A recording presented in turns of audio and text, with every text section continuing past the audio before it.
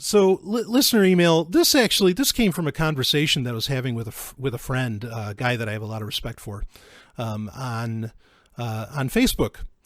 And what happened was, I'll give you a little backstory. What happened is that now I co-host Free Talk Live on Sunday nights, as many know.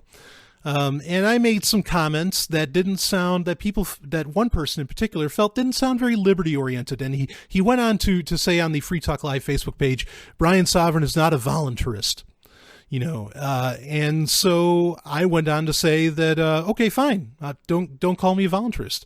I never wore the V. I never used the term. I could care less. And I even made the comment, I was like, have you seen some of the people that call themselves voluntarists?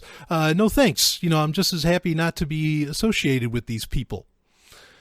And so that turned into where this friend of mine, again, that I have tremendous respect for, said that he had been hearing a lot of this kind of thing lately, that the NAP is bullshit. Okay. The NAP being the non-aggression principle.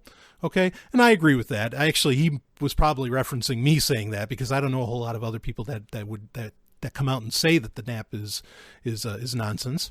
Or they say volunteerism is delusional. Now, I definitely have never said that. And of course he said, I know you hadn't said that one, et cetera, et cetera. But what he's yet to hear was something substantive, some rational arguments against these things. Instead, what he hears is a lot of arguments against other people who claim to espouse them. And he said most of it just seems to come down to people who call themselves X are assholes, therefore X is wrong. And, it's an interesting point. I mean, again, this is something I've had to deal with on my own show where, I had a listener email me. She emailed me and said, hey, you need to come up with like your own philosophy. You need to give it its own name. It's like, because what you're espousing is not like what a lot of other people are espousing. And I appreciate what she was saying, and I appreciate her recognizing that, that I'm delivering something unique to the table. I really do. I appreciate that greatly. And like she recommended that it be incendiarism. Like that was the name she came up with, probably half in jest. And of course, I answered that and said, no, I have no interest in coming up with my own philosophy, in that regard, because, I wouldn't want to be seen as some kind of like cult leader or, it's just, there's no point. There's plenty of terms out there that really well, explain how I feel about things. I might be open to with a group of people, maybe coming up with some kind of name that talks about what I'm going to talk about here. As far as volunteerism goes, I have no real qualms with the term. I think it's a fine term. It's one that, has other uses, has been used before. There's the arguments about, why, about the letter Y, should that be in there? Should it be volunteerism or voluntarist or voluntarist, blah, blah, blah. But it can get confused with someone who's part of a volunteer organization, because technically they would be a voluntarist. So there's that, but I don't care about all that. That's fine. The word volunteerism, it comes from, I think Carl Watner, maybe Wendy McElroy. They all came up with the term. So that was a group of people again, but of course, it's been messed up now, because like Carl Watner, when they came up with the word voluntarist or voluntarism, however you want to say it, when they came up with it, they specifically said it was someone that didn't vote. And just about everybody I know that readily, describes themselves as a voluntarist, votes. Well, that's not true. Not everybody. There's quite a few. I should say it that way. There's quite a few people who call themselves voluntarists that totally believe in voting. As a self-defense measure, whatever. Okay. You can use your logic on that. I'm not going to talk about voting here. If you want me to talk about voting at some point, please send me an email. Though I will say with voting, I'll say this quickly, that if not voting was illegal, as in like they would come to your door with a gun, like if you pay, like if you stop paying taxes, you're going to go to jail or someone's going to shoot you. Somebody in uniforms. It's going to end up in that regard. As for voting, neither of those punishments are on the table. In fact, there's no punishments on the table. So I don't vote. I don't bother. But anyway, I could talk about voting if someone really wanted me to. But so voluntarism, by and large, I mean, the idea, which supposedly, for most people, what it means is that you have voluntary interactions with someone else. They are not interactions with the coercion, with the use of force, with the use of coercive force.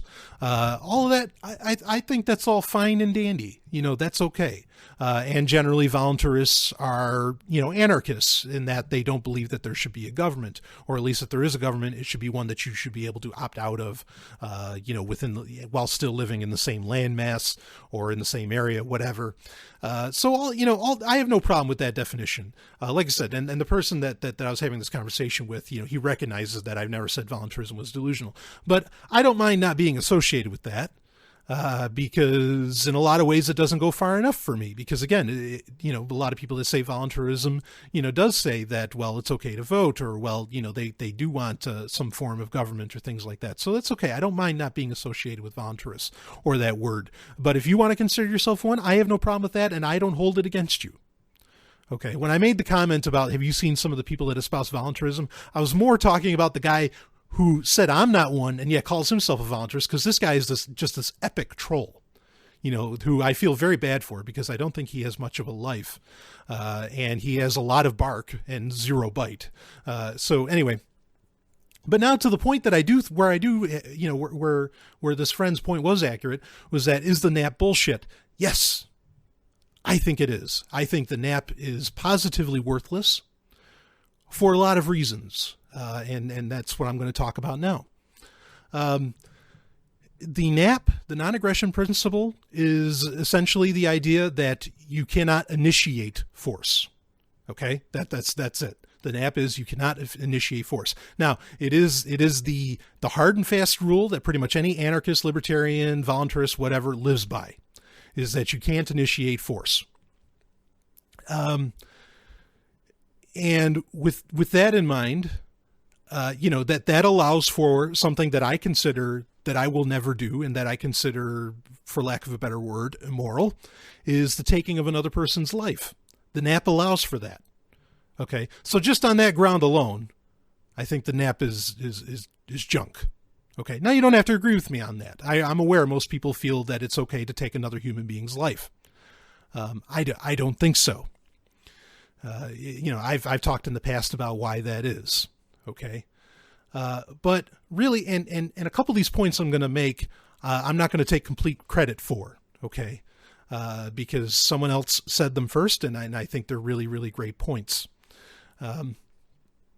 And what some of these points are is that the NAP is really, when you break it down, the NAP is no different than a game of figuring out who started it.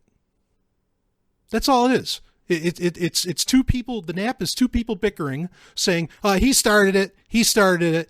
And so who gets to lay out the punishment? Again, that I didn't come up with that, but it fell right in line with what I was already thinking about the non-aggression principle. Okay. And I think that's accurate. That is all it is. It's a childish game.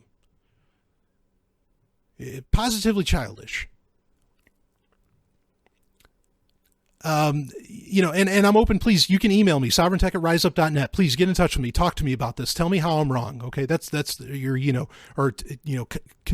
talk about it with me. That's okay. We can do this. All right.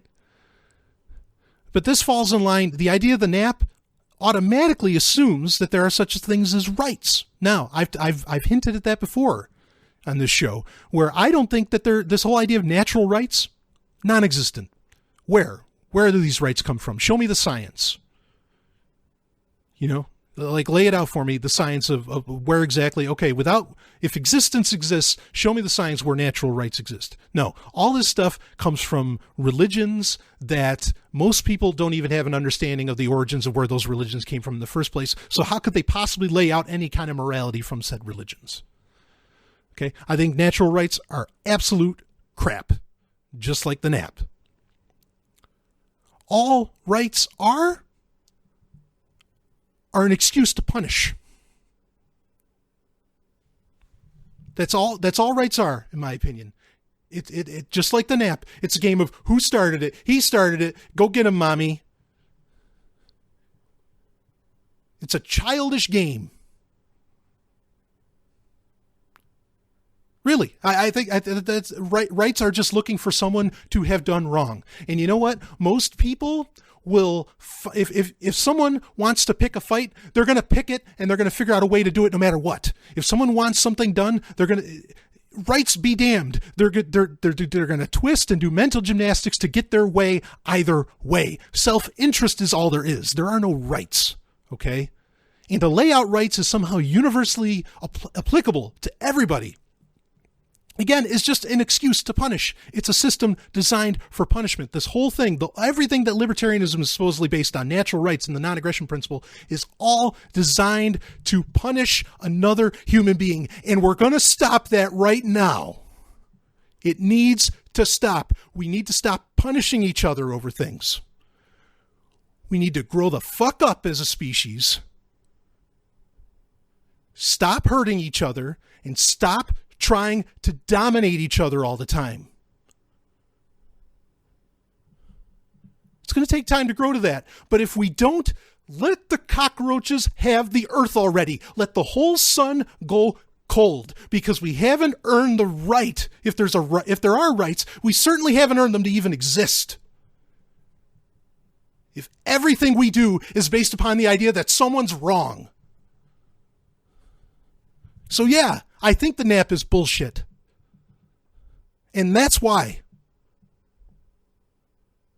It's sick. It's judgment against another human being. Let me tell you, okay, so we have liberties, all right? Let's go back to the idea about, that I don't think someone ever deserves to die. How about this? The first time someone loses a freedom, whatever that may be. When someone's told they can't, something as simple as when someone's told they can't plant a tree in their front yard or something, or some kind of garden. We're all damaged by that. No matter where it happens in the world or when it happens, we're all damaged when someone loses a freedom. And I'll submit to you that whenever someone dies, especially at the hands, of violence and vengeance and, this person was wrong, so I had to kill him, we're all damaged by that too. We're all damaged. Yes, people die because they get sick and things like that. That hurts us too. You don't believe people are damaged from that? Ask their kid when their parent dies.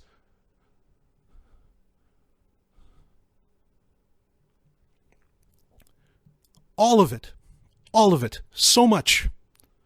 The nap, natural rights, even a lot of times like property rights and all this stuff, it's all designed to be against someone else at the heart of it.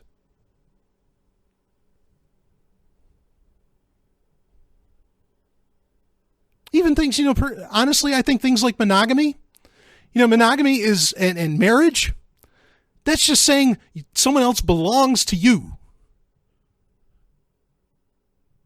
No, it doesn't. It just means that we're declaring our love. Then why get married? Why can't a person love more than one person, for that matter? All of this stuff, all these things, they come from ancient institutions that have no business in the 21st century. Violence has no business in the 21st century. In fact, I think religion started violence. It almost admits that it does. You read in the book of Genesis, before sin, there was no violence. You know what religion did? Religion created us against them. Religion said there's believers and there's non-believers. And before that, I don't think that principle existed. I could be wrong, but I don't think it existed.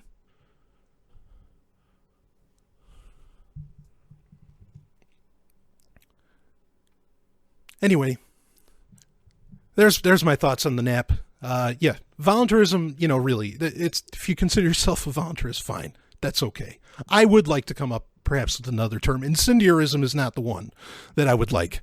But I've heard some others that I really, really enjoyed, like empathist. I thought was a great word, because, when you get down to it, I'll just lay out a little bit on that. When you get down to it, Like, okay, fine, say we don't have rights, say we don't have the NAP. What matters? I'll tell you what, I don't think economics matter. I don't think any of this kind of argument matters. What matters is empathy and compassion between each other. That's where the flaw is. If arguing about economics solved anything, then the libertarians would have won 20 years ago, 30 years ago, 50 years ago. Bastiat would have taken over the world mentally, ideologically, if economics was what solved everybody's problems. It's not. Compassion and empathy are the one and the same. That's what solves people's problems. Anyway, I'll be back with more, and hopefully we'll lighten this up. This is Sovryn Tech.